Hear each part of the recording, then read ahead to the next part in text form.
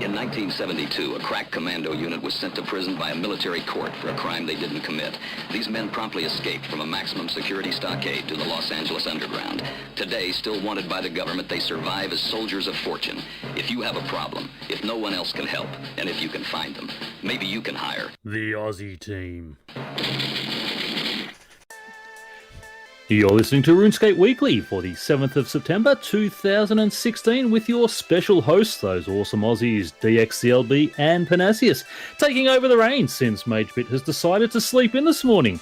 And on today's show, we have September Sales from Solomon's General Store, Pyrnassius' patch notes, TLDR 229 for September, the month ahead, and an old school RuneScape rant. Thank you for joining us and enjoy the show.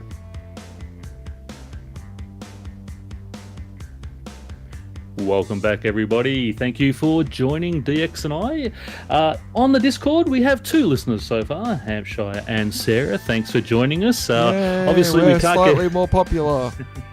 We can't get this up on YouTube because we do have Australian internet and it sucks. But obviously, we'll get a recorded version out there. But anyone, join us on the Discord. We have tweeted it out, so hopefully we'll get a few more listeners. But if not, it's an exclusive show for Hampshire and Sarah. So how you doing, DX? I'm doing all right. I'm actually doing a lot better because I remember. I don't know. You weren't here last week, but last week I couldn't move my elbow. Yes, I remember that. Yeah, it's feeling a lot better now, so I'm glad about that. And I'm so jealous of everybody who's been getting those skilling pets because I still haven't got any yet. Yeah, well, they'll come when they come. So it's it's there. I'm hoping to get my Rocky raccoon. As I said, the old school named it properly. They called it Rocky over there. We've called it Ralph in RS3, but wouldn't that be great if there was a skilling pet named Bullwinkle? Why? Rocky and Bullwinkle? No. No, not at all. Not at all. But, yeah, so what have you been doing? About it, I don't think we have any. I don't even think we have moose in RuneScape. No, we don't have moose in RuneScape. Huh. We ate them along with the horses.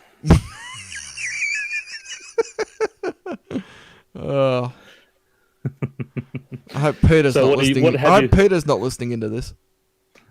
What have you been doing in the game lately?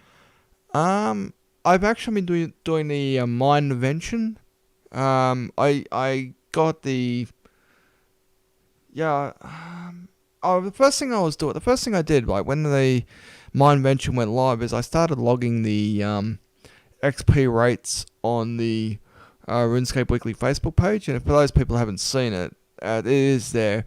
But apart from that, I haven't been on much, to be perfectly honest. I've been busy.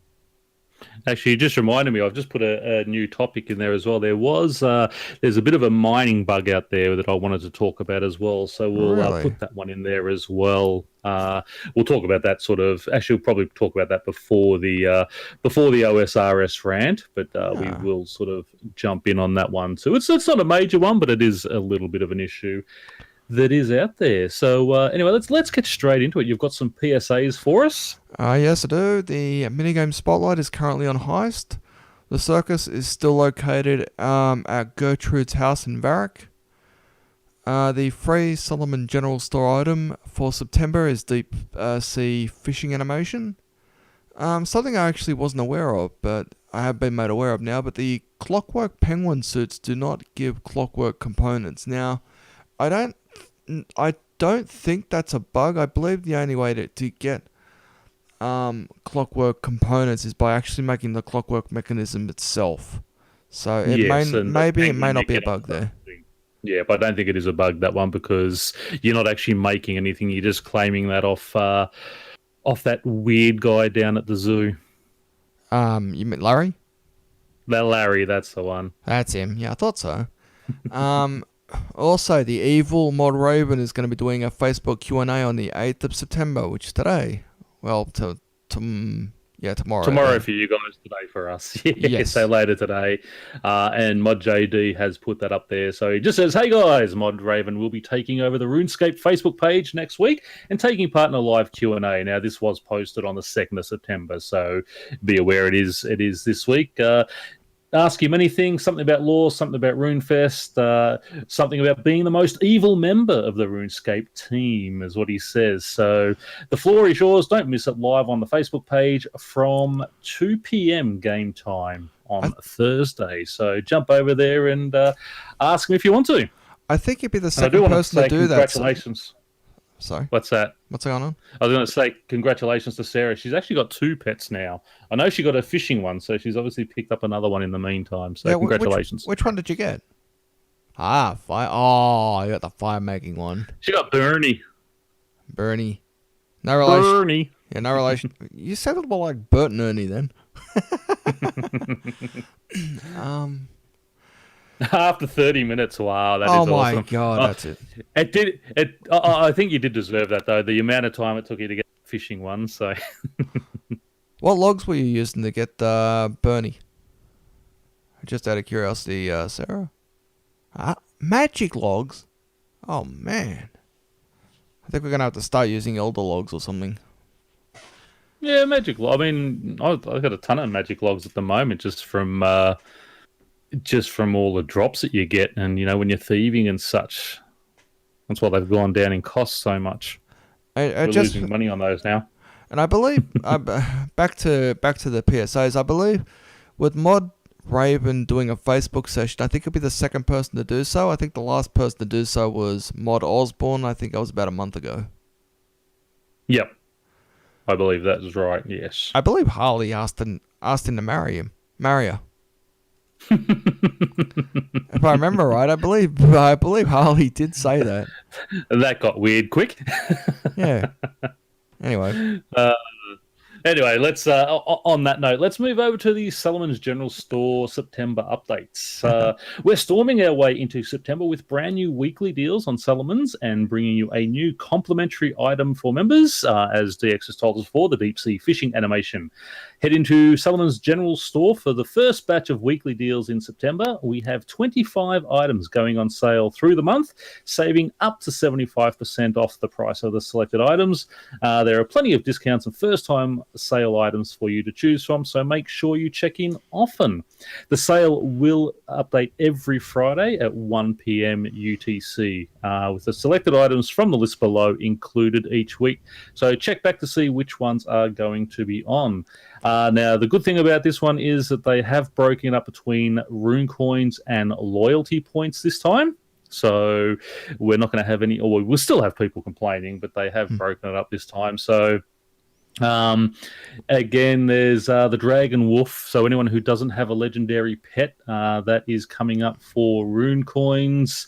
I think that is the main decent one out there. The rest are mainly just cosmetics. And in loyalty points, you've got a few there: party packs, dwarven challenge barrels, etc. Legendary green fingers is actually up on sale, so if you want to do some farming, that is 40% off on that aura. And as we mentioned before, the free item is the deep sea fishing animation that started on the 1st of September, so get over there and get the items if you need them. Yeah. So anything that stands out to you, anything you want to grab there? I'm just having a look up right now.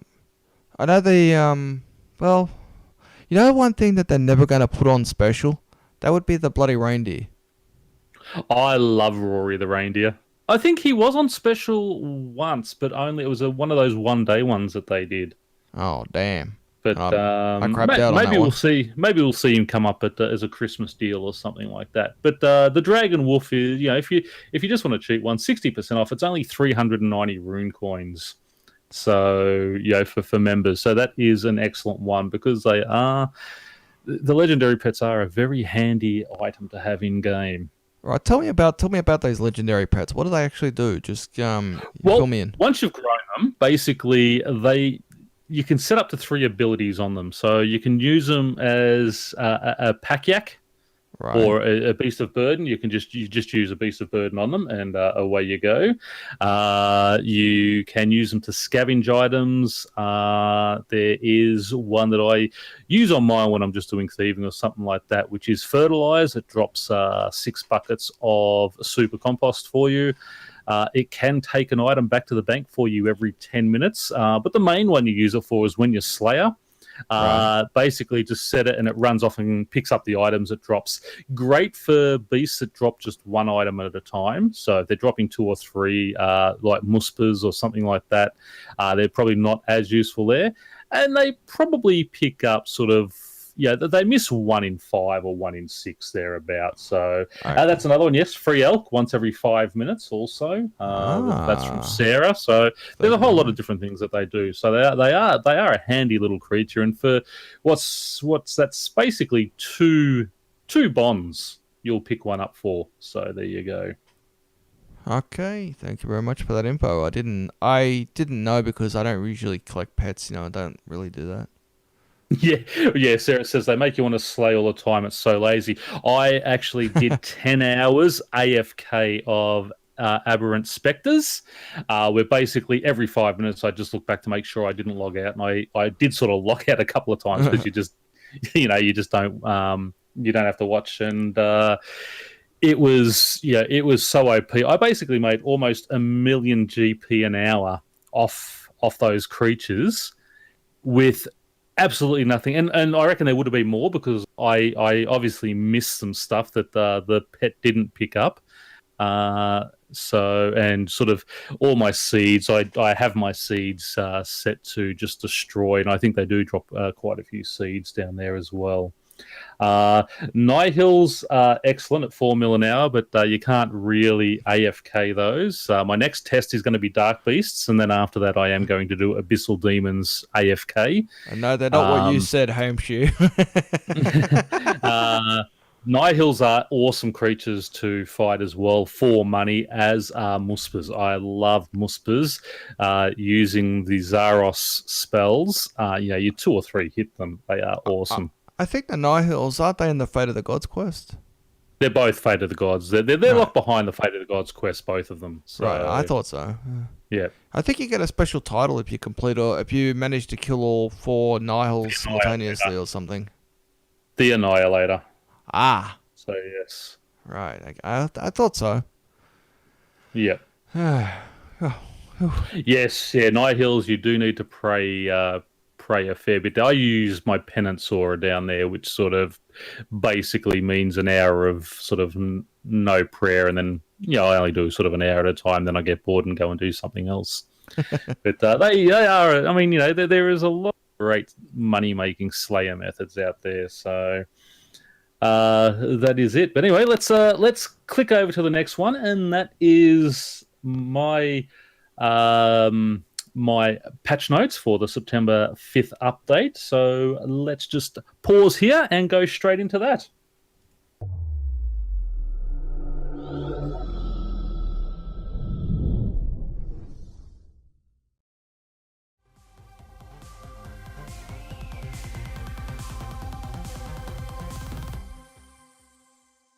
G'day everyone, it's Pyrnassius back again with the news and updates for the 5th of September 2016, and the patch notes are actually very light this week, so it's going to be a nice quick one, but let's get straight into the news first. And this week sees the invention and mining update with augmentable pickaxes, new perks and blueprints.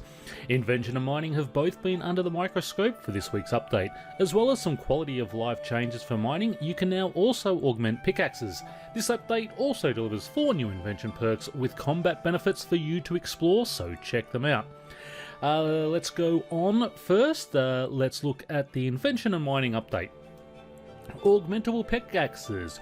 You now have the ability to make augmented pickaxes and add tool gizmos to them. Research the blueprint at level 22 invention and get ready to make mining more marvellous. Using an augmented pickaxe gives item XP as you carry out your standard mining activities. It also gives you invention XP from disassembling and siphoning your augmented pickaxes, just like with the fishing rod-o-matic or augmented hatchets for woodcutting. Upon logging in, you can speak to Doc in the Invention Guild north of East Felidor. He can remove your dragon or crystal pickaxe from your tool belt should you wish to augment it. Note this is a one-time only service. You can augment crystal pickaxes or dragon pickaxes, but cannot currently augment the infernal adds or incando pickaxes. Moving on to faceted clockwork components. You can also now discover two brand new kinds of rare materials for invention: faceted components and clockwork components. Like any other rare component, you must discover them before they can be used to fill a gizmo, and you'll need level 55 invention to do so. Both these new components can also be earned through the scavenging perk. The 4 new invention perks are, first off, number 1 is flanking. Add an element of the strategist to your combat via the flanking perk. By attacking your enemies from behind or on the side, the following basic abilities will no longer stun an enemy, but will instead receive a 40% damage boost per rank. Backhand, which is the attack one, binding shot for ranged, and impact for magic. Also, the following threshold abilities will no longer stun an enemy, but will instead receive a 15% damage boost per rank: forceful backhand, tight bindings, and deep impact. If you do not attack an enemy from the side or from behind, then the flanking perk will not have any effect, and all the aforementioned abilities will simply have their normal effect. Second off is the Crystal Shield, and these are ranked 1 through 3. Crystal Shield is the defensive perk that works in 2 phases. The first phase will provide a 10% chance to activate whenever you take damage. Once this is active, 5% per rank up to 15% for rank 3 of any damage you sustained is stored for 10 minutes. Once the 10 seconds have elapsed, you will be given a secondary pool of life points equal to the damage you've sustained, thus lasts for up to 30 seconds or until the shield is depleted. This includes any self-inflicted damage through nitroglycerin, Zamorak Bruise, or ancient combat abilities such as Shadow Tendrils. And number 3, Enhanced Devoted, again ranks 1 through 3.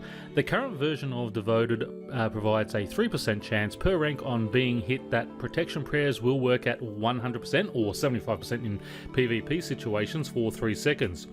The Enhanced variant takes it a little further, pushing this up to 4.5% chance per rank, and this will take up both slots in a gizmo. It will not stack with the normal version. And finally, we have the Enhanced Efficient, also ranks 1 through 3.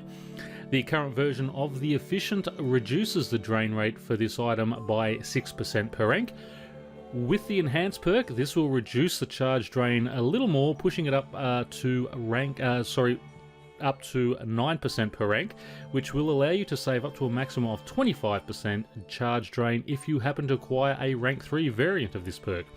It will also take up both slots in the gizmo and can be used on tools, weapons, and armor, and again it does not stack with the normal version. Onto just some standard quality of life changes. There has been some rebalancing work carried out on certain tech devices. In short, production costs are cheaper and some of them have increased benefits too. Mechanized Chinchomper, you'll now make 50 of these at a time instead of 5. The Book Switcher, when making a book switcher, enhancing components are no longer required. The Calorie Bomb no longer requires direct components when being made. Healing on monsters with the Calorie Bomb has been reduced by 5%. The Auto Sanctifier, only 1 pious component is needed for production of this item, down from 8, and when created, the Auto Sanctifier will now come with 50 charges. If you already have some in the bank, you'll get the extra 40 charges added on to the next time you log in. Moving on to the Electrified Trap. If you already have an Electrified Trap, again, it'll add 10 charges on top of it when you next log in. The stunning components used in creating the Electrified Trap have gone down from 2 to 1. When created, the Electrified Trap will now come with 25 charges. And the Dungeoneering Lock Melter, only 2 ethereal components will now be required in the production of this, down from 5. This week's live streams, again, we have the Q&A on Tuesday the 6th of September. They'll be talking about the month ahead in September. Sunday with Mod Lee, and it doesn't look like Mod Shawnee is doing his Friday updates.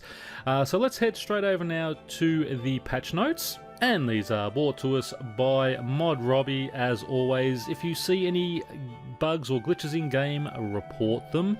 First up, graphical. Fixed a graphical issue with the petal coronet on female characters. Skills, D&Ds and minigames. The Golem outfit and Quartermaster aura now work correctly with crablets.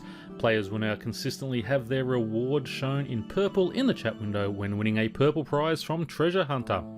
Untradeable springs from the treasure map will or have been renamed to Tight Springs and now have an altered icon to differentiate them from regular springs.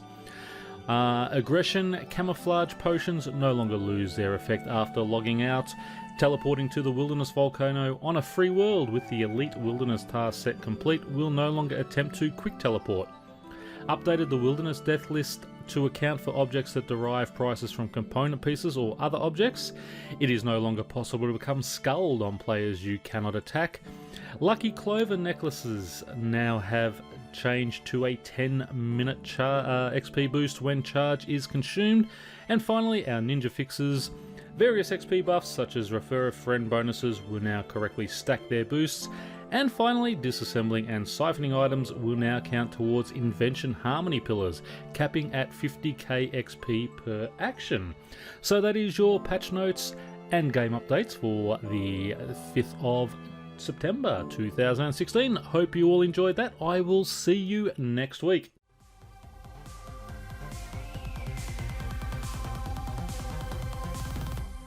Okay, so a very short one this week. It was a great one to read out, so not a whole lot happening, and obviously this month is all about just all about the combat PvP updates.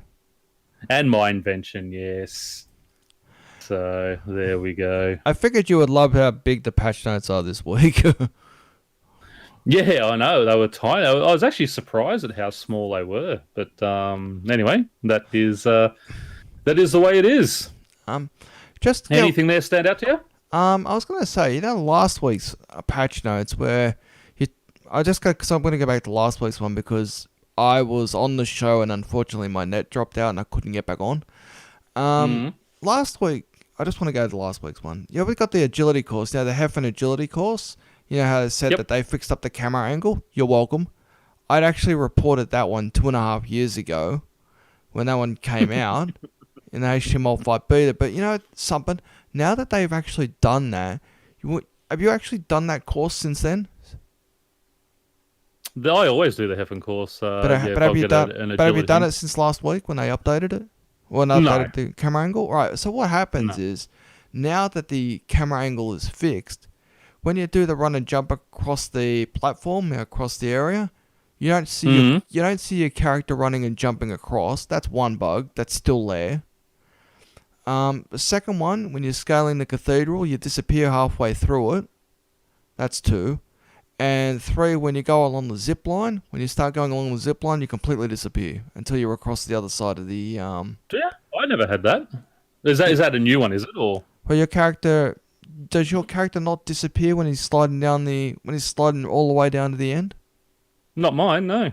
He doesn't disappear on yours. Mine disappears. Not on mine. Yeah, that's because you're a New South Welshman. Victorians are better. We don't have that type of problem. I just want to go over to something as well, in case people didn't know, because Sarah's brought it up. The pickaxe on your tool belt, either dragon or crystal, can be taken off. Just go and see the Invention Dwarf just north of Falador there. Speak Doc. to him. It's a one-time only thing. Doc, that's the one. It's a one-time only thing. He can take it off for you. So if you sort of have it taken off and then you put it back on, you won't be able to have it taken off again. But yes, he will take that off for you. There is a couple of things you need to... There's a couple of things you also need to know. It costs you 150 inspiration to unlock it, okay? So yes. And then you got to make the augmenter as well. And then after you've done that, then you speak to Doc, and then Doc will remove the will remove the pickaxe off your tool belt and augment it for you. Yes. Okay. So there you go. So done. I'm glad we could help you, Sarah. And everyone else out there listening who didn't know as well. So there you go. So anyway, let's move on to the Q&A. September, the month ahead, or as we like to call it, Shawnee gets upset. If anyone did watch it, they had the little Gobi plushie. It was sitting between Mod Pie and pretty much Mod Pie and Mod Osborne. Mod Osborne. Mod Osborne was pretty much just playing with it and stroking it pretty much all the way through the show, and then he started dropping on the floor, and he smothered it with a pillow at one stage, and Shawnee you could see sitting there, and he wasn't happy with it, and he asked Mod Pie something about one of the combat updates, and and Osborne just tossed it over his shoulder across the back, and Shawnee's he was an absolute loss for words. He's got I'm sorry. You've got to go and watch that. It was absolutely awesome. It was you just had to see it. It was fantastic to see his reaction. At one stage there, I really thought he was going to dive across Mod Raven and Pie and just start laying into Osborne the way you said that. The way he was like a typical soccer the match. look on his face. It was probably the best stream I've seen this year, just for the sheer comedy that come out of it. Did you see how buggy Mod Shawnee's eyes got when Mod Osborne started doing that? It's like, oh my god. He's gonna punch him out at one stage there. I'm sure of it. But anyway, that was great to see. Yeah. What about some of the titles that we gave in the Discord chat earlier on? We were trying to protect the Gobies and stuff. Yeah, so we were working out different Shawnee's warriors for the protection of Gobies everywhere, and there's a few funny ones there. There you go, Rishi. Oh, hey, Rishi, how are you? Rishi's joined us. I fell asleep, so I joined a little. Yeah, that's okay. One thing they did, we saw Mod Mark back onto a stream. We haven't seen him for a long time. Obviously, he's been working heavily with Idle Adventures, and I must say, it's actually looking pretty good. Unfortunately, it's still not available on mobile yet. I want it to come out so I can play it on my iPad, but there's still nothing about that as yet. It's all on Steam and on computers. So I'm hoping it is one that obviously, I thought the whole idea was to develop a game for mobile, but we sort of there's been no more mention about that. Have you heard anything about that? I'm not too sure. When Mod Osborne demonstrated Idle Adventures, I'm not sure that was live, because did you see the shirt that he was wearing when he was sitting next to Mod Shawnee? Oh, I didn't really pay attention. No, right. I wasn't. I was watching the game. Well, what I saw is when they started showing him on the demonstrating Idle Adventures, the shirt was different. Was it? Okay. I didn't really pay much attention. So. I'm pretty sure it was. Either that or my eyes are playing more tricks on me than usual. Well, that's more believable to me than that. But anyway. By the way, you can download Idle Adventure on Steam now. Yes, you can. Yes, it's open in early access. So that is awesome. There, Harley's joined us as well. So we've got Rishi and Harley both on now. Harley, are you jumping on for a chat, or you're just listening in? Hey, do you realise our supporter base just grew another 2, so now we're down to 4? It. Yeah. Looks like it's only Rishi joining us. Harley doesn't look like she is talking. But anyway, and how are you, Rishi? Welcome aboard. Pretty good. Just woke up. Yes. Well, that's the way. Tune in to listen to us. You said join us. You wanted to join us, and then you didn't pop in. I thought, okay, fair enough. So, welcome. So we haven't really missed much. It was just basically just talking about the PSAs and going through the patch notes. Was there anything in this week's updates or patch notes that sort of greatly jumped out at you before we jump into the TLDW? No, it's next week that I gotta be bitching about for a long time. Okay. What's coming out next week? The Bounty walking Hunter? patch. the walking patch. You can't walk things anymore. Yes, Ah, I yes. thought that was actually a Yes. good one. That I like that idea, Yeah, but like, I anyway. agree with them. I agree with them for doing it. I just didn't want them to do it now. Because I wanted to keep doing a rack store for a little bit more, but I guess not. Yeah, because I'm not a very good PVMer, so I tried to do that walking of Araxor, and it wasn't successful. I just kept going underneath her, and she kept just squashing me. So I like that idea because I can't do it properly. You have to anticipate, and then you have to walk it, and then it won't do anything to you. Oh, is that what it is? Yeah, because if you go under it, it stuns you. Yeah, that's what I was The doing. thing 'Cause I was is, just trying to 'cause- walk her, and I just kept going under and just getting a drop on me. So there you go. Well, Are you able to turn your mic up a bit, Rishi? They're saying they can't hear you. that better? There you Better, go. much better. Yes, much better. I'll be right back. You're right. All right, Oh, so okay. while Rishi will be right back, let's get into the TLDW. We shall. So, obviously, the Anti-Walker developer blog, we will talk about that after the TLDW. They did sort of touch on that. So, we'll leave that till the end. We'll just jump straight into the September updates because I know Rishi wants to talk about that, obviously, being our resident PVMer. So, we'll Right. save that one till the end. Invention update in mining, the harmonized ore has been hotfixed. So, you can now get corrupted ore again from harmonized ore and the chance of double ore from it if you have the relevant equipment to do that. I believe the clay has also been hotfixed in Elf City now as well. I believe that's the bracelet of clay, I believe. That is the one I couldn't understand. A bracelet of clay lets you mine normal clay and make it soft clay. When you're mining that clay, it's soft clay anyway. So why do you need a bracelet of clay there? That's a task on the Pryptonus task set. Oh, that you have to wear the bracelet of clay, is it? I'm pretty sure it is. Okay, fair enough. But that's one of them. But wearing the Hmm. bracelet of clay, I believe you get an extra clay from that particular mining spot. Oh, whoop-de-doo. A whole extra clay. Anyway. So moving on, the under the hood changes to how rocks are coded is what the problem was. Bugs were created. As a result, it allows us to make updates such as the mining and smithing rework easier to implement. They also talked about the Nomad hard mode. It's going to be a weekly D&D. You get one loot per week. Now, he says on here, weekly D&D tokens work. No, they don't yet. Yes, they do. Mod I think it was Mod Shogun on the Deb Q&A, even though he wasn't there, but he was actually in the Twitch chat and he said yes.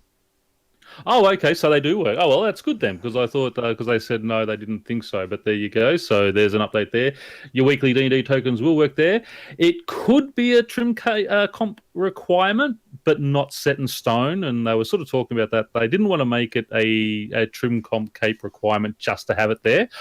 I think it should be for trimmed. I don't believe it should be for a normal comp cape or anything like that. But for trimmed, I certainly do think it should be that, because your trimmed is you've completed everything in game, and that is one of the things you need to do. So they're gonna make the rare drop cape the soul cape. Is it gonna be like the other cape that they have, the really rare boss cape, the repeatable boss thing? That's actually off the harder version of the Nomad's Elegy boss fight. So you've got a Nomad hard mode, and then you've got the Nomad's Elegy, which was that sort of god Gillenor that he created. The soul cape's coming from that. No, I mean, like, there's another cape called the Abomination Cape. I'm not sure if you guys remember that. It's like 380 mil on the GE. Okay. Are they gonna make it like that? I wasn't aware of from this. a rare boss. Yeah, no, that's from that. That's from the boss at the end of the V quest, isn't it? Yeah. You go back and fight that abomination and something like that. So yeah, I think it is going to be a very rare drop like that. But I don't think gaining the cape is a requirement. It's just fighting the boss once is going to be the task. Wasn't the Soul Cape one of Mod Raven's ideas? Could have been, yeah. Not sure on that one. I've actually still got a complete Nomad's Elegy. I still have not completed it yet. Haven't you? No, I haven't. Yeah, me neither. I think I think the trick is to actually use some of the Seren spells to increase your chance to actually pass it. No. You just gotta watch. It's actually once you understand the mechanics, it is actually a very easy boss. Right. So that's what they're talking about. The harder version of Nomad's Elegy boss fight. So you're not going to have the checkpoints anymore. So obviously with the quest, you have the checkpoints, which makes it a lot easier to fight. They've actually removed the character phases of Xenia, Death, and Ixthlarin. Their phases, so you're not going to be fighting as them anymore. So obviously you'll be doing it all yourself, and it'll have a rare drop of the Soul Cape with potential tier levels. So obviously, maybe they're tiering the boss like, maybe something like they do with Talos. It just gets harder sort of the more you do it. So what do you think about that? We'll go to our resident PVMer there. So what do you think of that, Rishi? Of what? Sorry, we're kind of lost. Sorry, the Nomad's Elegy boss, making it having a hard mode, taking out the character playthroughs of Xenia, Death, and Ixthlarin. You do it all yourself, and getting that Soul Cape. Sounds fun. Can't wait, actually. Yeah, because the boss was good. And the no checkpoints, I find that a good mechanic, because that will really give that sort of that elite fight to it, I think. I agree with that, yeah. Didn't they say there are going to be tiers to it? Like, in brackets, is this potential tier levels? Yes, and that's what I was just saying. Maybe they're going to do it something like Talos, where it'll have sort of an enraged factor. It just gets harder as you sort of go up. Could be, yeah. Yeah, so hopefully that has. Yeah. They're also going to bring in Tales of Nomad mini quest. Now, this, again, sounds like more of those type of little bottle quests that they were originally talking about last year. So it looks like we might be getting another one of these. Your requirements for it are going to be Nomad's Elegy. The characters involved are going to be Xenia, Karasi, or Jessica, Death, and Zanuck if you kept her alive. Zanuck's adventures will be every month for a year if you kept her alive. If you let her die at the end of the quest, you won't have access to that. So I found that interesting tough luck as well. Didn't they say tough luck? Right. Tough luck. You let her die, you don't get that extra thing. And I found that really interesting, because I mean, I left her alive. I always liked Zanuck. So, but for those of you who killed her, you may not get those little extra monthly things that Zanuck does. It's going to be a clue investigator style to learn about Nomad's backstory, and it will be a Master Quest Cape requirement. Right. So, anyone have any thoughts on that one? Rishi? No? No. No? That Okay. sounds about fair. Yeah. All right. Other things, the currency pouch will be released, primarily how it was presented. So you'll have all your different currencies now available in the pouch. The Dagonoth King's rework has been done, but the pets will not be reworked on release. So they're not sure what they're going to do there. I just picked up a pair of brawling fire-making gloves, so there you go. And obviously, isn't the currency pouch coming out this month? Yes, comes out on Monday, I believe. Oh, it comes out on Monday? One of the best updates. I can't wait for that update. Yeah, that will be good. That'll open up a lot of extra spots, a lot of extra bank space for people. Yeah. And of course, they talked again about the double XP weekend on September 23rd to 26th. And Mod Osborne was funny there. Is if you haven't started collecting your stuff, why haven't you? He was in a funny mood today. Osborne, wasn't he? Yeah, he's definitely. I think he had too many. I think he had too many soda pops. Yeah, well, that's what I thought. I thought he's been drinking a lot of Red Bull the way he was bouncing around and hurting that poor Gobi and upsetting Mod Shawnee. Actually, did you see on Twitter someone had they've taken a photo of Mod Mark and Mod Shawnee sitting side by side, father and son. I thought that was quite good. I think Mod Mark actually tweeted. I think Mod Mark actually responded to that. Yeah, he did. He said something about my son. But I mean, you could do a lot worse father than Mark, I think. So. Oh dear. I thought that was quite funny as well. But anyway, let's move on. Part of that was his shirt. His shirt was "I drink and I know things." Yeah, I noticed that too. That was on his shirt. That was on It's Mudmark's a Game shirt. of Thrones reference, and for those who don't watch that. I don't watch it. I Okay. wouldn't know. No. So yes, moving on, we had the deathmatch and bounty hunter. So again, this is PvP stuff, so not something that really interests me that much. I mean, I know they're trying to revive the wilderness, but we'll wait and see what happens. But I don't know that it is going to be safe. Well, they've got some interesting ideas, and hopefully, I mean, I do hope for the PvPers out there that something can be done, and it does bring a bit back for them. But we'll see what happens. They've removed the scroll of intimidation from the reward list.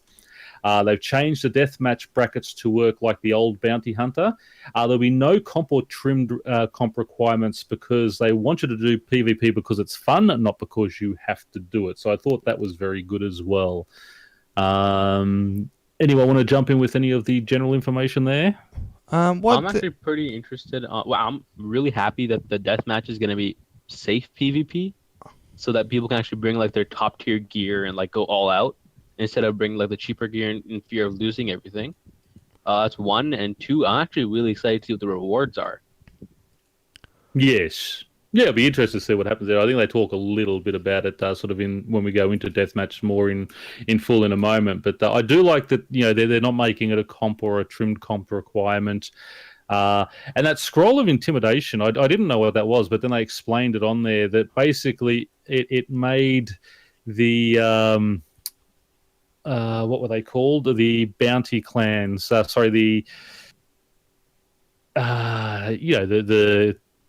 clan thing that you run out and loot every 8 hours, whatever it was.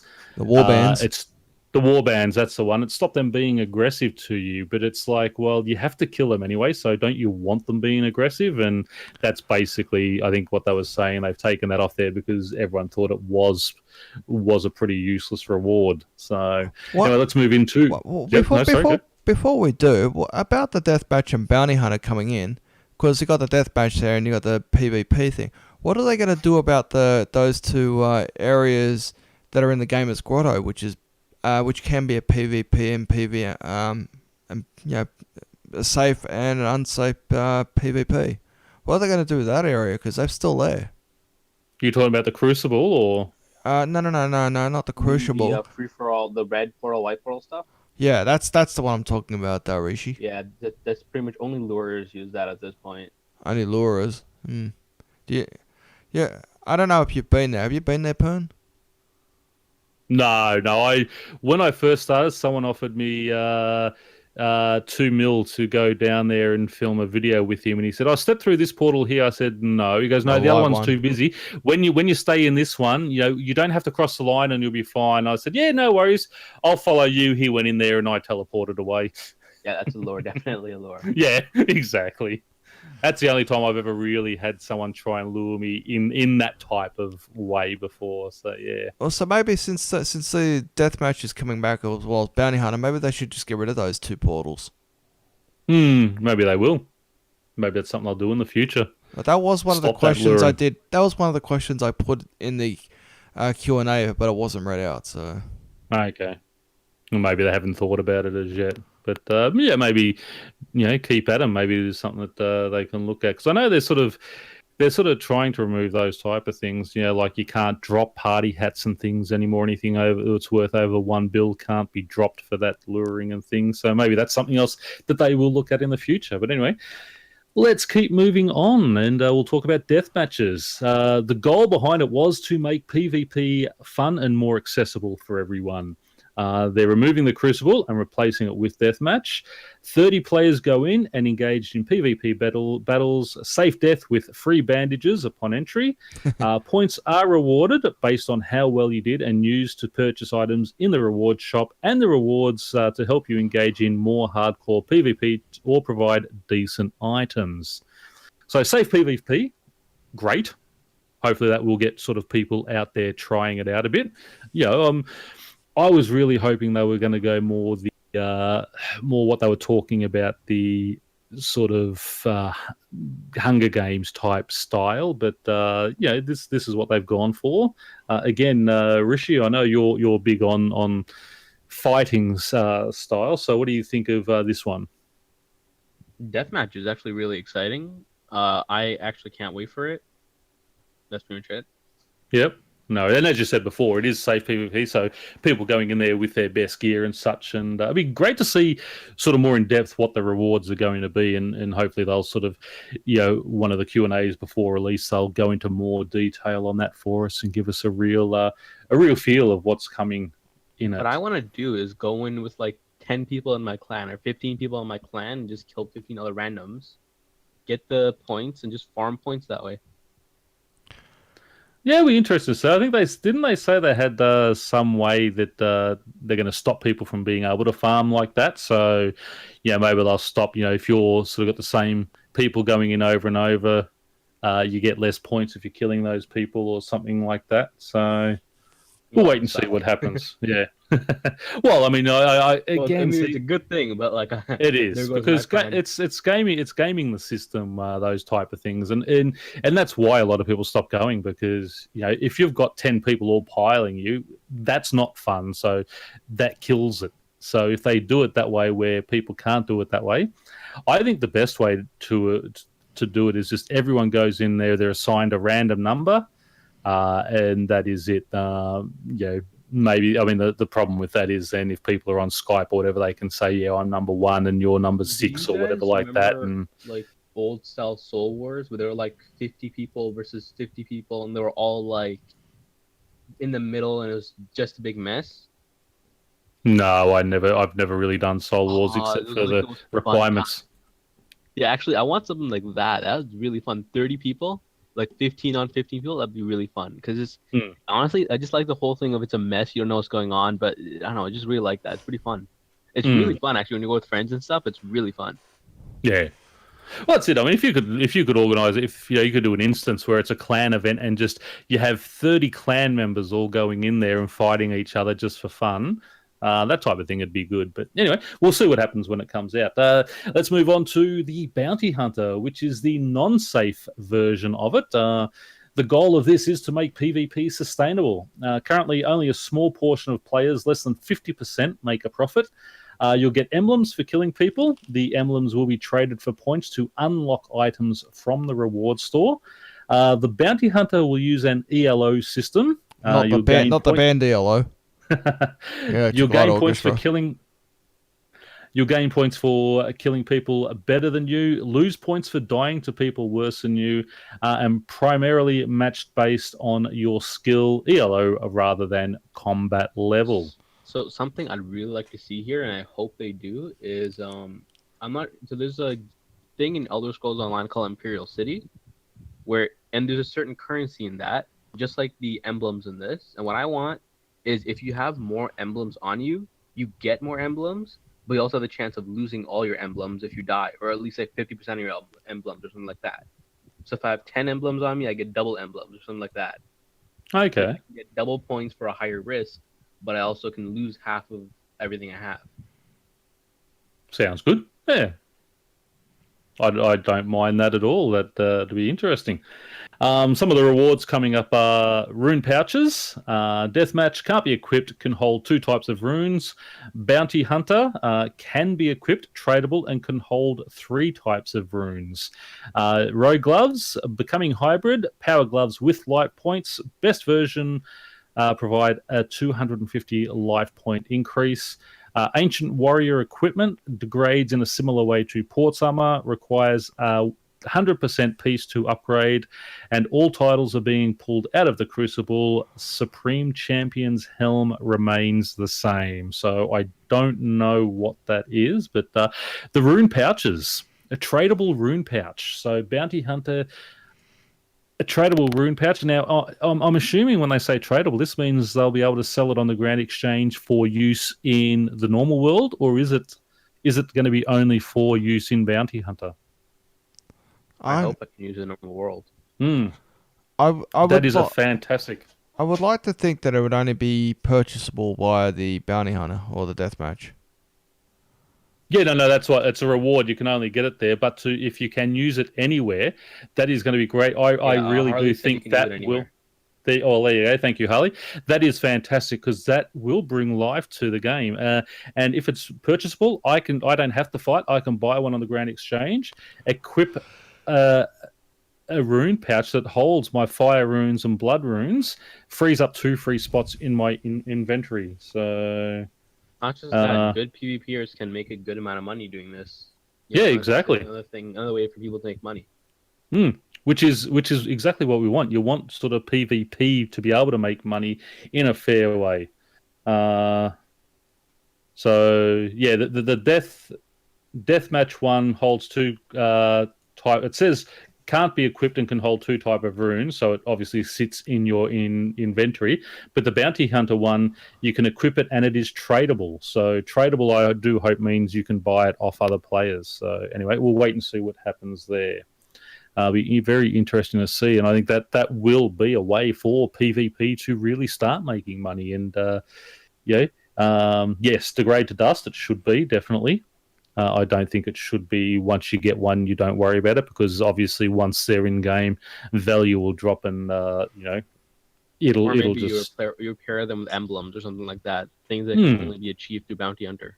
Yeah, something like that. Yeah. Anyway, interesting to see what happens there. So that is it. Anything else anyone wants to mention about death matches or bounty hunter? I look forward to trying it out because there was a beta testable in the Evolution to Combat beta, but it just never made RuneScape until now. I'll definitely try out Deathmatch. Bounty Hunter I probably will not do because I'm not into PvP at all. The but, safe deathmatch sounds fine. Sounds good. Yeah. Don't mind safe death. Because you and I are both wusses, so.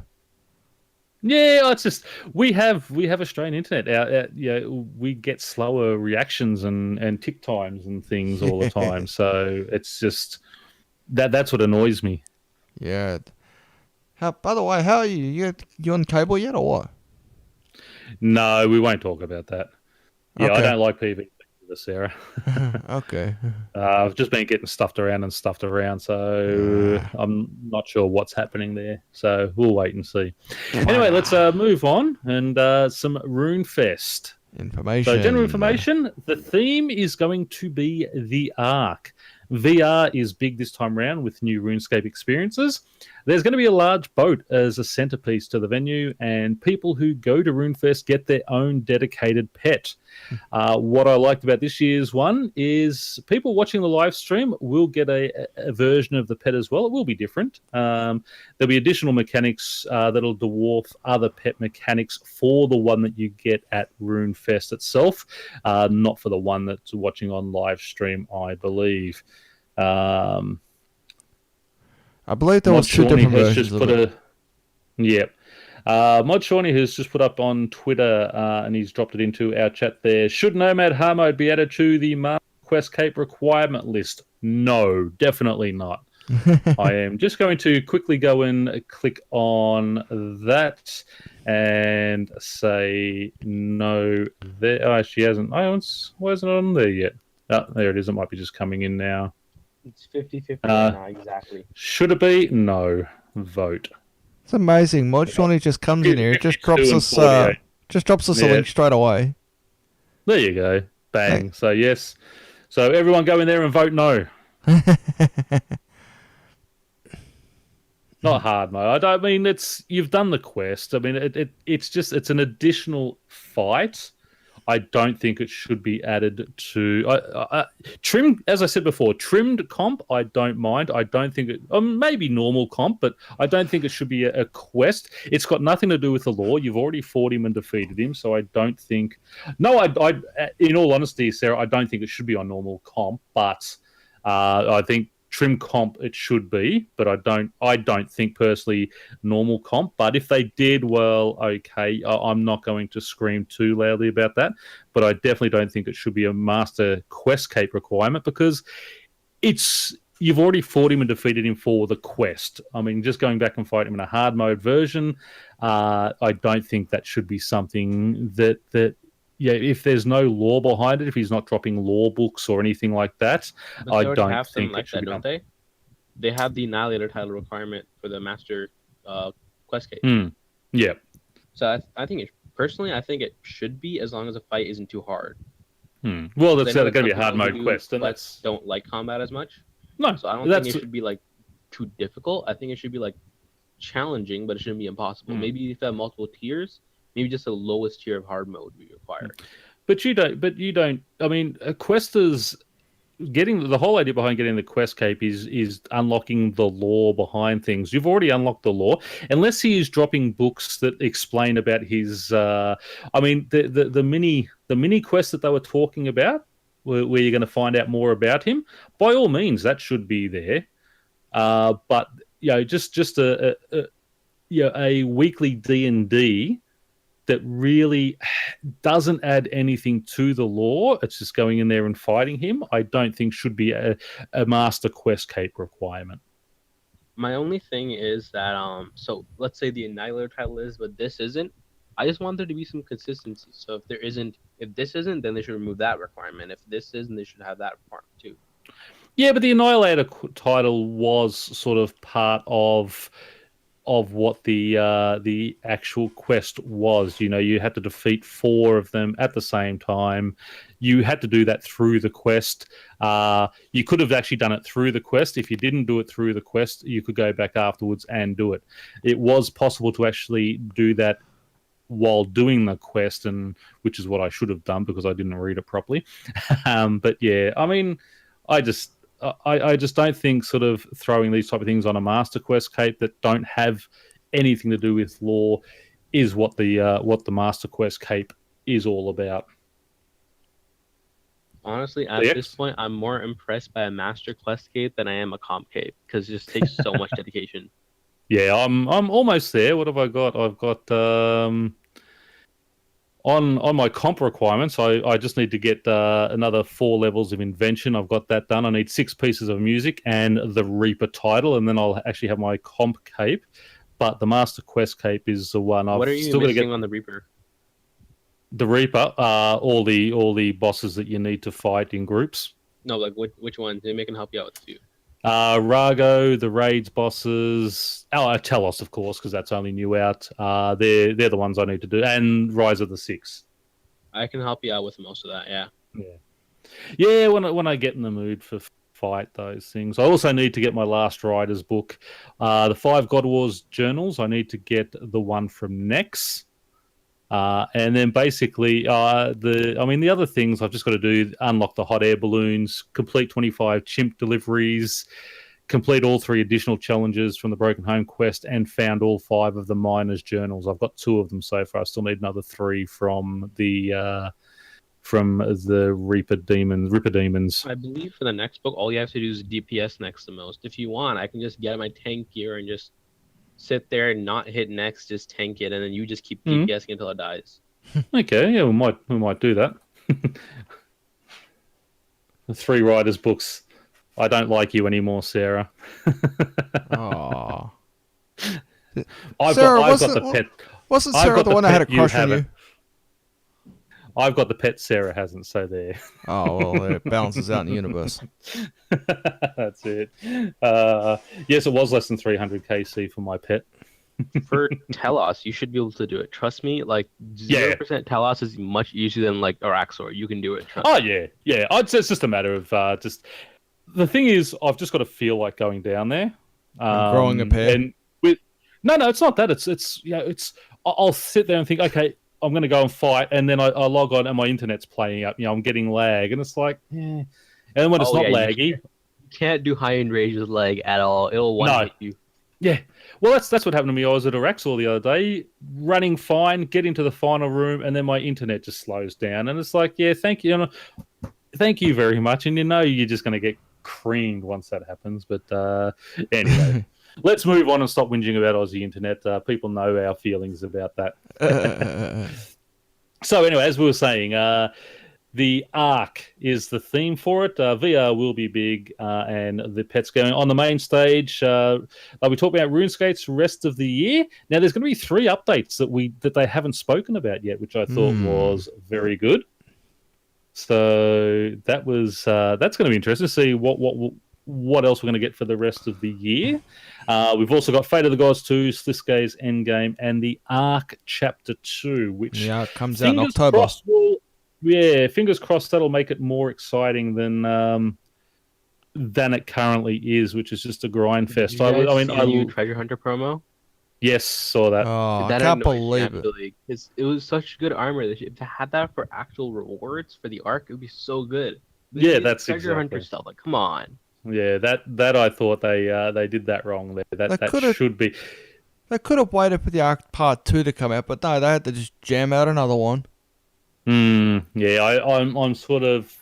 I am a bit salty myself on that one. I don't normally care about what they do in Treasure Hunter and such, but I thought that was a bit raw, and I do have that up to talk towards the end of the show. What they're doing with that, so we will get to that a bit later on. Just for the record, in August there was 12 MTXs last month. There was 12 MTXs last month and 5 game updates.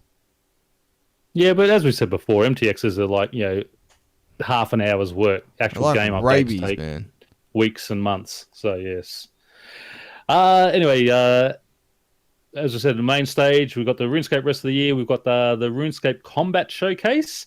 There is going to be a stream and video maker Q&A featuring Ice Poseidon, a friend, and more. Now, that frustrates me. If I want to see these guys, I'll watch them on YouTube. I don't think they should be on the main stage. They should be on the second stage because I don't care about watching them signing sort of people's books and things on the live stream. I think they should have had the future of RuneScape skilling is going to be on the second stage. That should have been a main stage.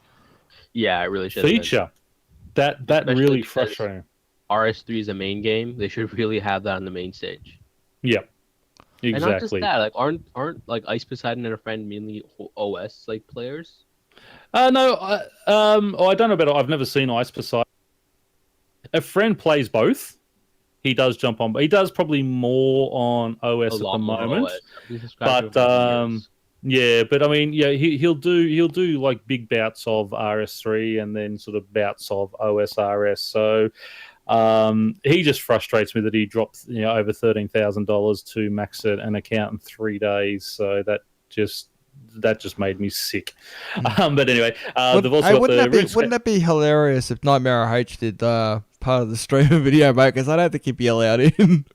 No, well, Nightmare RH, I think, has got most of his videos unmonetized now too. With the new YouTube rules that they've got out. But anyway, they've also got the old school, the next 12 months, RuneScape reveals, big updates. The biggest update ever revealed at RuneFest Talk. So isn't that like every year? Like the new thing they're talking about, the new RS game? Maybe. The leak that they had? And the insider investment thing? Yeah, I hope it's not that, because I don't think that everyone already knows. Progress is going to stay. So we're all going to have to start over. It'd be interesting to see what they do. It'd probably be called RuneScape Unspaghetti.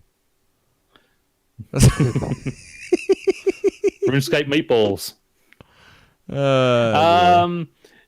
We've also got the Last Man Standing tournament for Old School and the Golden Gnome Awards. Now, actually, while they've got those Golden Gnomes up there, I talked to Mage about this the other day, and we're going to sort of have our own, we're going to call it the Golden Crown Awards. I was hoping Mage was going to be able to talk about this, but we want your votes on the mods. The mods who are out there, in the game every day. Obviously, Shawnee and Osborne are going to be right up there, but people like Kelpie and even Ramen, with his little sarcasms, just mods that you like and appreciate out there. We're gonna get our own poll up, and hopefully we'll have that by Friday's show. So be aware of that. We'll keep it running until RuneFest, and we'll sort of do our reveals of who wins that. I'm going to try and just make a little golden crown and send over to Jagex for the winner there. So keep that in mind. Well, there'd be two in the running for, as far as I'm concerned. Mod Shawnee definitely. Shawnee's He'd be the favourite. Guaranteed. And also, one of my other favourites was Mod Weath, because a couple of years ago, Modweath is still there, I believe. Yeah. Okay.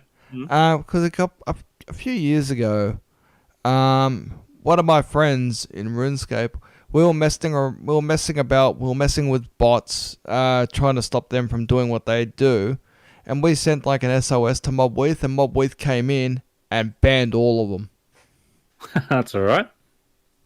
Yeah.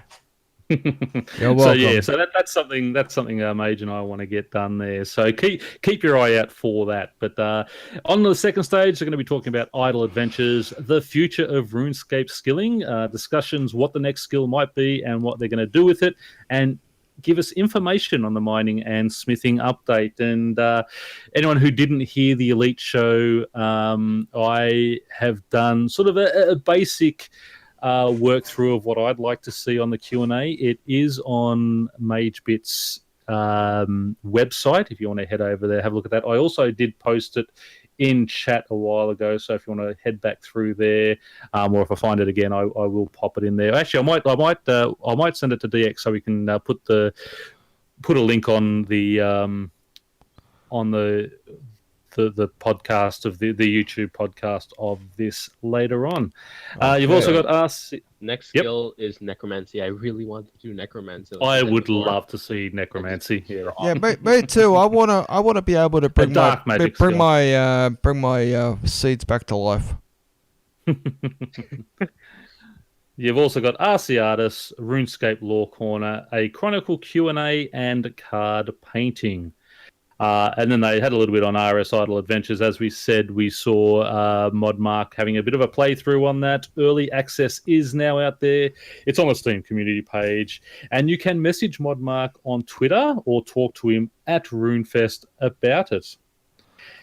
So, that is pretty much it for the Q&A. As I said, they did talk a little bit about the anti-walk, and we do have the developer blog to go over there. So it's great to have Rishi on here as our resident PVMer to talk about this. So shall we head straight over there now?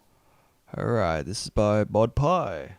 Yes, so basically the anti-walk development, this is from the TLDR, it's meant to stop players from cheesing content that's not meant to be cheesed. They're still going to allow walking on some bosses.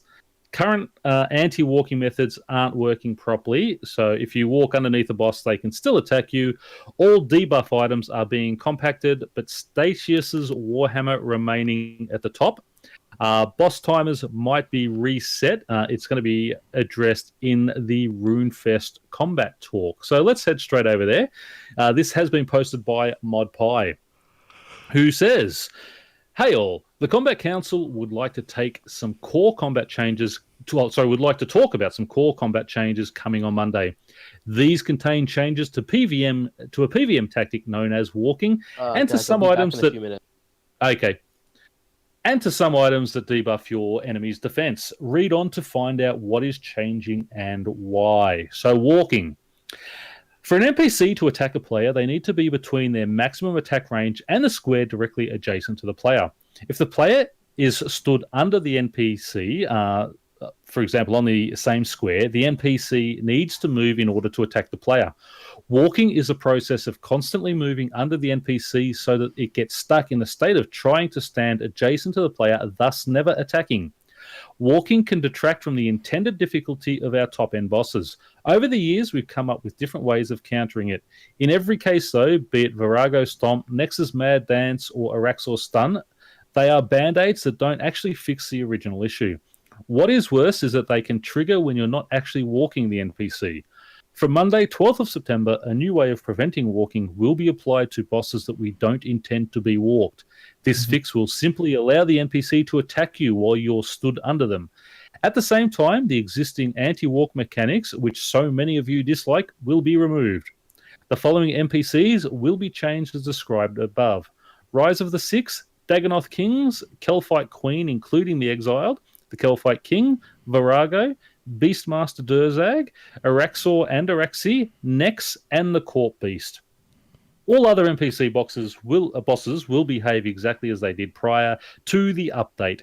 In the future, we will not be adding anti-walking mechanics and will instead use the new method to counter it on bosses we feel need it. Moving on to defense debuffs. There are many ways in which we debuff out your opponent, and one of the most powerful we have in our arsenal is to change the base hit chance modifier. To understand what this is, you need to know the hit chance formula of hit chance equals base hit chance modifier, attack accuracy, defender defense. The standard way of working out your base hit chance modifier is simply to look at both the attack and defender's style and work out who has the advantage. The base hit chances are strong chance, for example, magic versus melee, 65% hit chance. Same chance, magic versus magic, 55% hit chance. And weak chance, magic versus range, 45% hit chance. Your accuracy versus defense calculations on the right then turns into a ratio which inflates or deflates this number. Currently, the most powerful items we have in the game that can modify this base hit chance is the Statius's Warhammer, which adds 10% base hit chance, allowing its wielder to partially ignore the combat triangle. While this is intended, it has trivialized some of the top bosses more than we are comfortable with, especially when this was stacked with other such boosts. For this reason, we are going to be changing the way in which this and other defense debuffs work. When looking at a number we were comfortable with, we look at the ability Quake as a solid baseline. Quake will add 2% to your base hit chance, modifier for 15% of your adrenaline, so 7.5 adrenaline used per 1% base hit chance boost. Compare this to the Statius's Warhammer, which offers 10% to your base hit chance modifier for 35% adrenaline, 3.5% adrenaline per 1% base hit chance boost. This is an obvious imbalance and one that we want to address. First, we will be reducing how strong Statius's Warhammer is by bringing the base hit chance offset down. To keep Statius's Warhammer as the best debuffing game, we will also be reducing the base hit chance offset on other items that use this method. Items that offset the base hit chance modifiers will be affected in the following way. Statius's Warhammer will now have a plus 5% to base hit chance modifier down from the 10%. The Dragon Hatchet will have a plus 3% to base hit chance modifier down from 5%. The Barrel Chest Anchor, when debuffing defense, will have a plus 3% to base hit chance down from 4%. The Bone Dagger is a plus 2% to base hit chance down from 5%. And the Bandos Godbook's passive, plus 3% to base hit chance down from 5%. Note that we have also changed the Bandos Godbook to use the same internal cooldown as the other books as a result. The internal cooldown is now 12 seconds down from 30 seconds. Okay, the following remain unchanged, which is Quake. That gives a plus 2% to base hit chance unchanged. And Guthix Godstaff, also a plus 2% base hit chance, remains unchanged. The debuffs shown above stack additively, but only one of each can be active per NPC, and will now cap at plus 10% to base hit chance.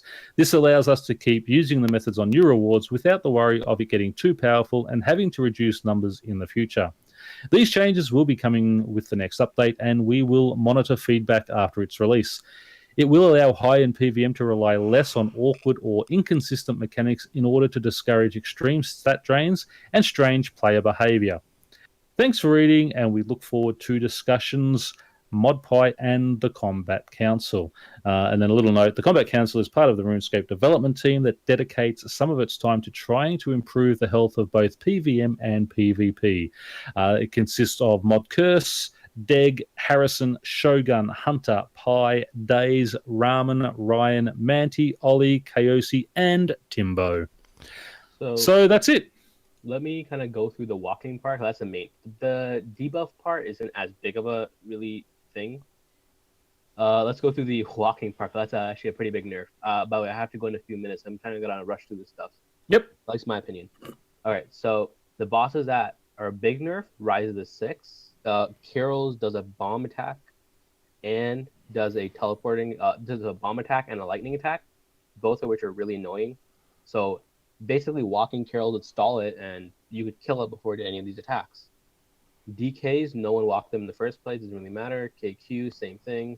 KK, what I would do is I would run under it, just stall it attack for a few seconds, but it looks like I can't do that anymore. Virago is a big thing, where on phase 3, if you wanted to stop, let's say, a purple bomb, you would walk. The base tank would walk it after anticipating, and basically it would just keep hitting him and walking him and delay the attack. Beastmaster, you couldn't walk him in the first place because the insanely high stomp that it had would basically one hit you. Arax was a huge nerf because Path 1 is horrible. It's still easy to do, but it's just horrible because it takes so long, right? People would maybe just skip like half the fight because they just walk it and just damage it until it was done with the scythe. Next, you could walk it before, but like it wasn't as good as it was originally. Like, did it have an anti-walk for next? Corp, you couldn't really walk it because of the insane storm. So yeah, those are the main nerfs. So this was coming. They did say it, so we were all expecting it, but it's still something that like no one wanted to see. No, but I mean, again, I mean, as I said, no one wanted to see, but because you were, I mean, it was gaming the system. You were fighting in a way it was never meant to be fought. So they're actually making it now so you have to fight it the right way. So yes, it's going to take longer. Yes, it's going to be harder, but that's the way it was supposed to be. So I can understand people being upset about it, but it was never intended to be done that way. And they tried to implement. Yeah, Telos walking is basically the worst thing. You can't walk Telos. It is extremely annoying. It's one of the reasons I rage quit Telos for a long time, and I recently got back into it. It's just horrible. Telos walking, don't bother trying it. The only thing you can do is you walk Telos a little bit, go under it to move it out of the little beams. Let's say the red beam on phase 3. But the problem with that is that the beam will relocate itself, or maybe Telos will walk in the direction you don't want it to walk, or basically little things like that that are not your fault as a player, but will get you killed. And that's why people are really pissed off at Telos, because it's not my fault. It's not my lack of skills that got me killed. It's RNG, which people don't like to see, basically. So yeah, that's what everyone has against Telos. Yeah, but okay, that's Telos, okay, but the other ones you're not supposed to walk them, and you're saying, and I mean, you're by doing the walking system, you have been gaming those bosses and not fighting the way you said. You don't want to have the bomb, so you walk him so you don't get the bomb. The bomb is there for you to have to try and defend against. So they're making you fight the bosses properly now. So again, even for myself who haven't fought these bosses yet and I want to get them done, it's going to make it harder for me even more when I am going for comp. But still, it's something that's there. It's something that it has to be done properly and fought properly. So I think it's a good thing. I think it's going to stop.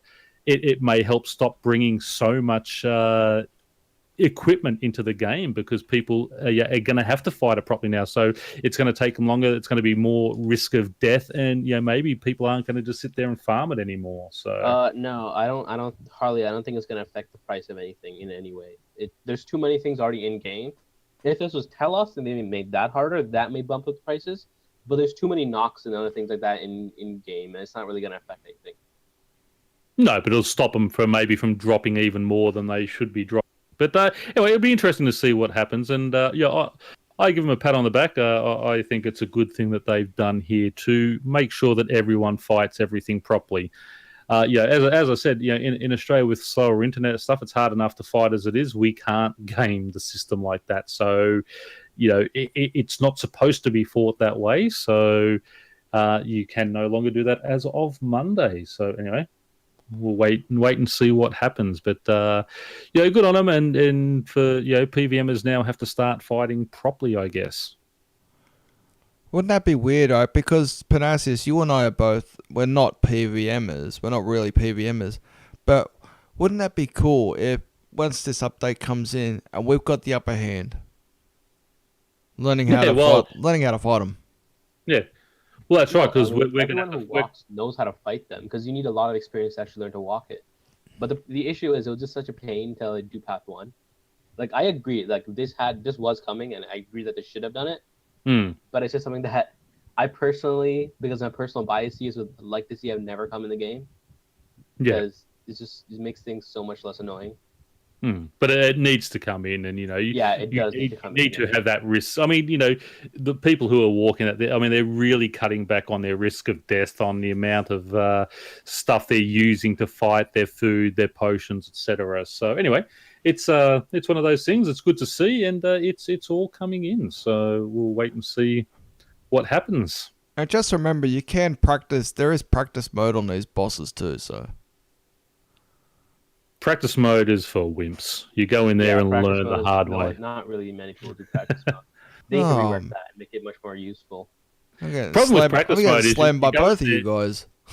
The problem with practice mode, you go in there, you waste all your resources, and you get nothing out of it.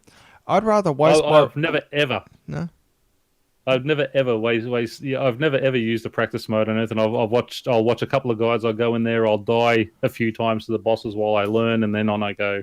I would rather, me personally, I would rather waste a few resources and I know what I'm doing. And then after I've had a few practice rounds and that, I'd be ready to take them on for keeps. Oh, it's definitely a good thing for people who want to do it that way. Yeah, I've just never been a practice type person. I like to just jump head on into things and see how I go. You just like to go in no balls. That's it. But anyway, is there anything else you want to talk about on that, Rishi? I'm happy Quake wasn't changed because that was a pretty nice thing at like Yakamaru. Yes. Yeah, and what about the actual 10% cap now? You cannot go above 10%. You mean for defense debuffs? Yes. Yeah, that's not going to be as fun as it was before. Because before you could have so it was Gothic Staff, Vulnerability, and the Statius Warhammer, and one guy with the Bandos Godbook, and that would have and plus Quake. So you would have a huge amount of debuffs on this boss. And before that, when the Dread Imps were there, you could basically perma-stun Yakamaru and not have it hit you at all, basically.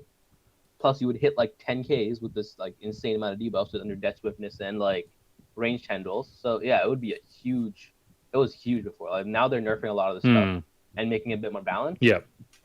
And I agree with that, but at the same time, it was a really nice thing what you could do before with Guthex's Godstaff and Quake, which they haven't changed actually. Guthex's Godstaff and Quake, which is something I really like because those are pretty niche things, but they're really useful. But something like the Statius Warhammer, that's like 30 mil, and I think that shouldn't have been nerfed. So because it's really expensive to use in the first place, so it was barely used. Because it only lasts for like an hour or something, doesn't it? Doesn't it degrade after an hour or so? Yeah, no, you only equip it, use the spec, and you equip your main weapon back. So you don't actually use the weapon. Okay. You just use it for the spec and go back. So it lasts you a long time. But it only lasts like 30 odd uses, so it's very expensive. It's like $1 mil per. Fair enough. Yeah, it's pretty expensive. That's why I don't think it should have been nerfed, but everything else I agree with. Yeah. Okay. Well, fair enough there.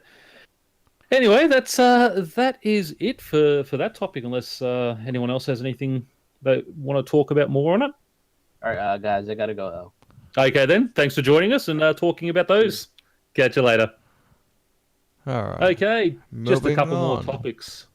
We have one here called Taken for Granite, and this is just regarding. This is that extra one that I threw in there. So yeah, this was the one that came in late after everything was put in. Yes, it was, and it's basically just talking about Erdna, who says, "Hello, I'm doing the desert tasks, and one of them is to mine granite at the quarry south of the bandit camp. I've mined 100 pieces of granite, but still haven't finished the task. Am I doing something wrong? Can't figure this out." So basically, what they're saying is quite a few things since the augmented pickaxes were released yesterday. There's been a lot of weird mine-related stuff going on. The granite task is just another one of them. So if anyone is trying to do that, there apparently is a bug in the system. And it is affecting sort of some of those task sets. So just be careful of that. I just wanted to put that out there for everyone just to sort of see what was going on. So it's just more like a PSA. Yeah, sort of like that. But yeah, just to let people know. And he's had a few people answer him. Edna says he's tried every stone in the quarry. It's the task. So he's did a bug report and hopes it will be fixed soon.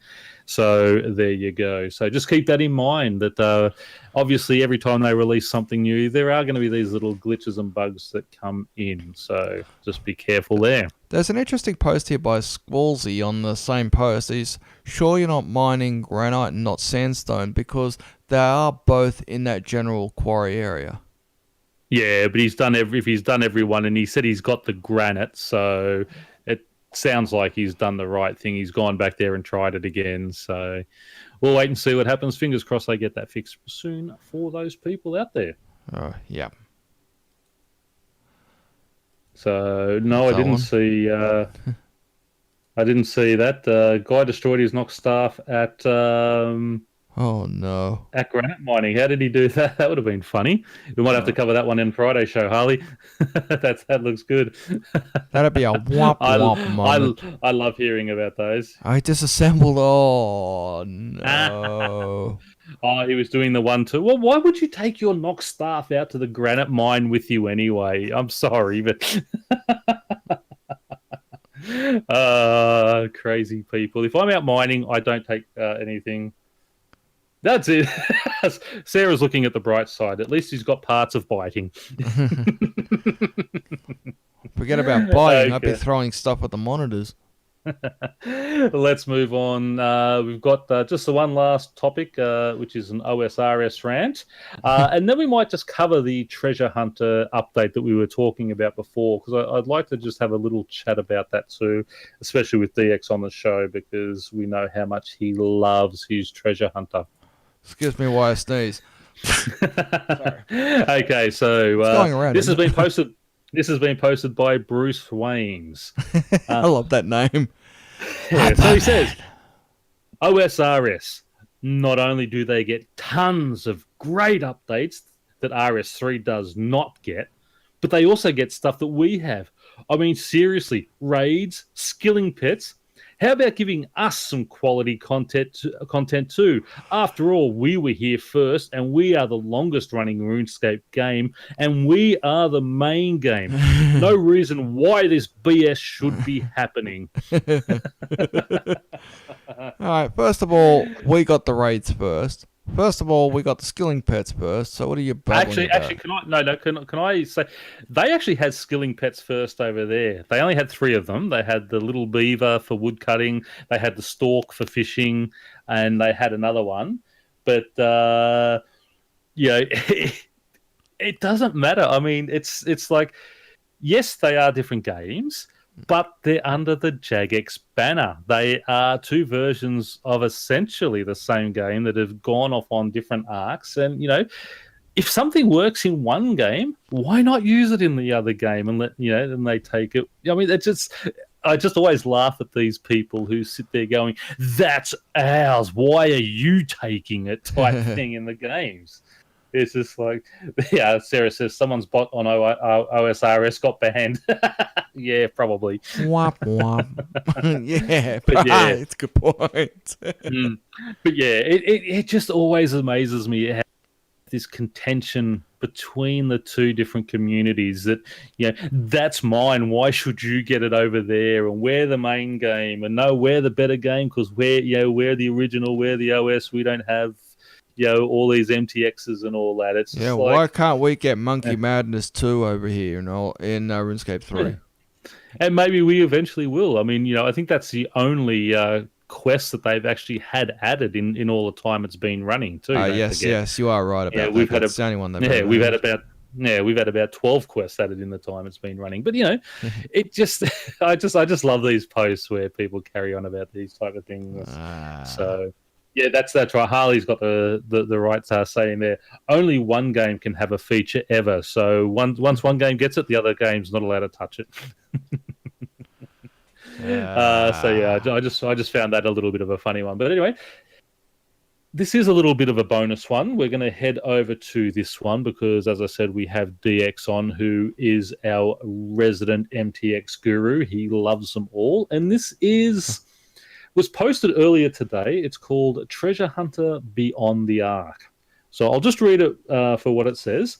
Sail over to Treasure Hunter from UTC on the 8th of September until 23:59 UTC on the 12th of September, and navigate your way around the Wushenko Islands to unlock awesome prizes, including the brand new Tier 70 hybrid high armor of Hanto and its 3 corresponding weapons, including a fantastic long-reach melee halberd.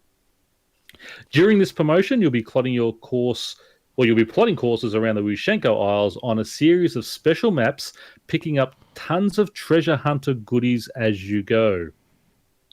Visit every island on each of the 8 maps to complete a voyage and claim a piece of the high armor of Hanto equipment. Once you're back to the beginning, head off again for more pieces and treasure hunter prizes.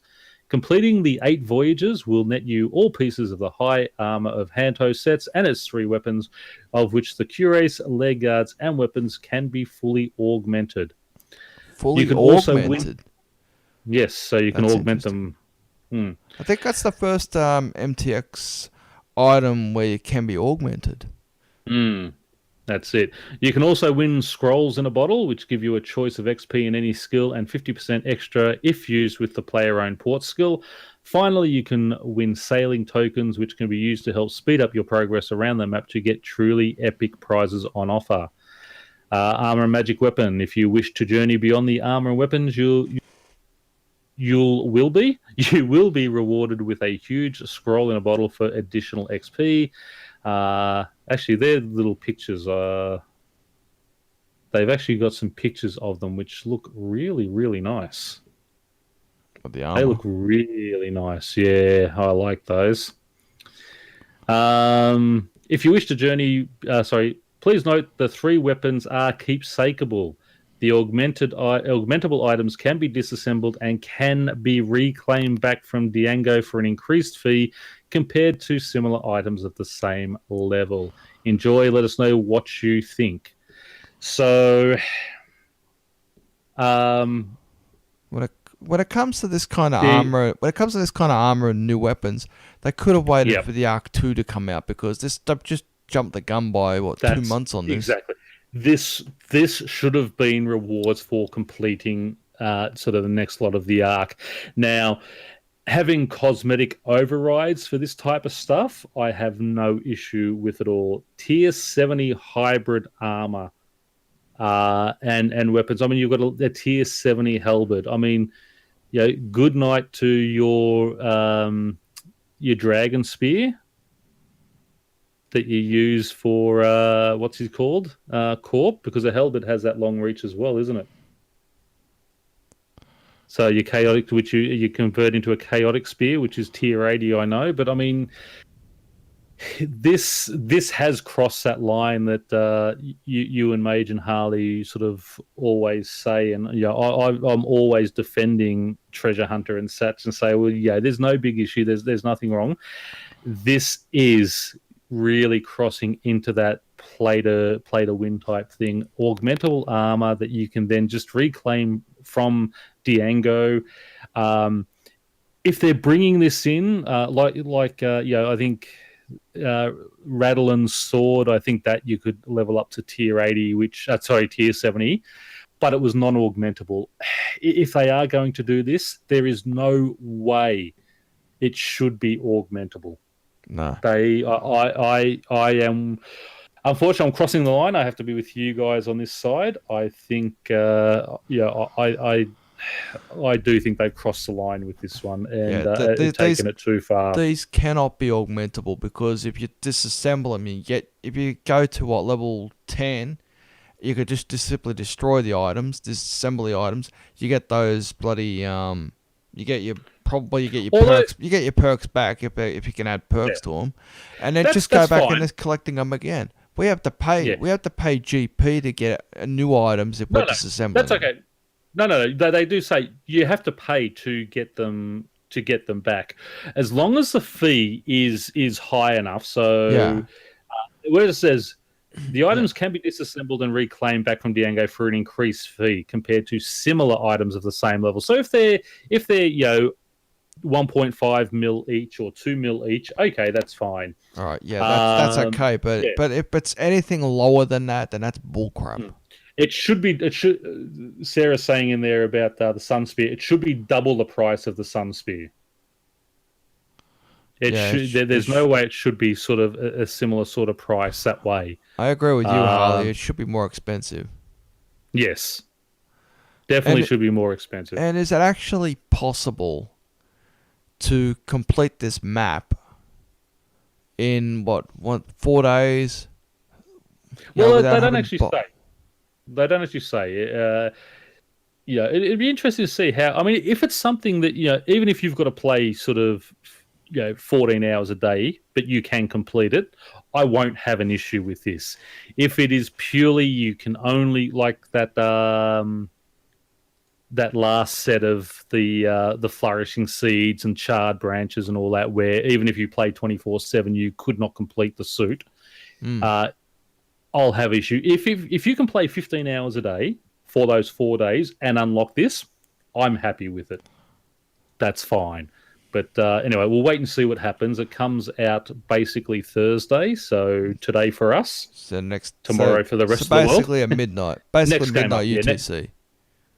Yep, next game update. So we'll wait and see what has. So what are we now? We're almost 4 p.m. So in 6 hours' time, we'll find out what happens. Yeah, I agree with Harley. Encouraging people to play that much is unhealthy. It is unhealthy. That's why I don't play it for that long. I play the game. I only play the game for about maybe an hour, 2 hour tops before I stop. That's okay, but I mean, a lot of people will pick a piece or two, items off their treasure hunter anyway. So you'll most likely get a few pieces there to get you off. But as I said, as long as it is, it is gainable in-game, even if it is that long, I don't have an issue. It's when they made, like the last one, even if you did 24/7, there was no possible way to finish it all. So we'll wait and see what happens anyway. As we said, it comes out later today, so we'll wait and see. Yeah, we'll see what happens with this one. But judging from what I'm reading so far, I'm not liking this idea at all. And the fact that they're getting new armor and stuff like that 2 months before it actually is probably going to come in. You know what I mean? Yeah, that is one thing that I mean, everyone's been complaining that the Arc is it is pretty weak the way it is now. It looks great, but it sort of doesn't really do anything for you.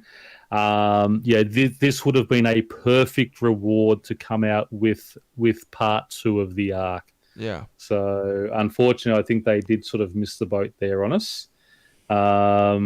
We should have whoever came up with that idea walk the plank.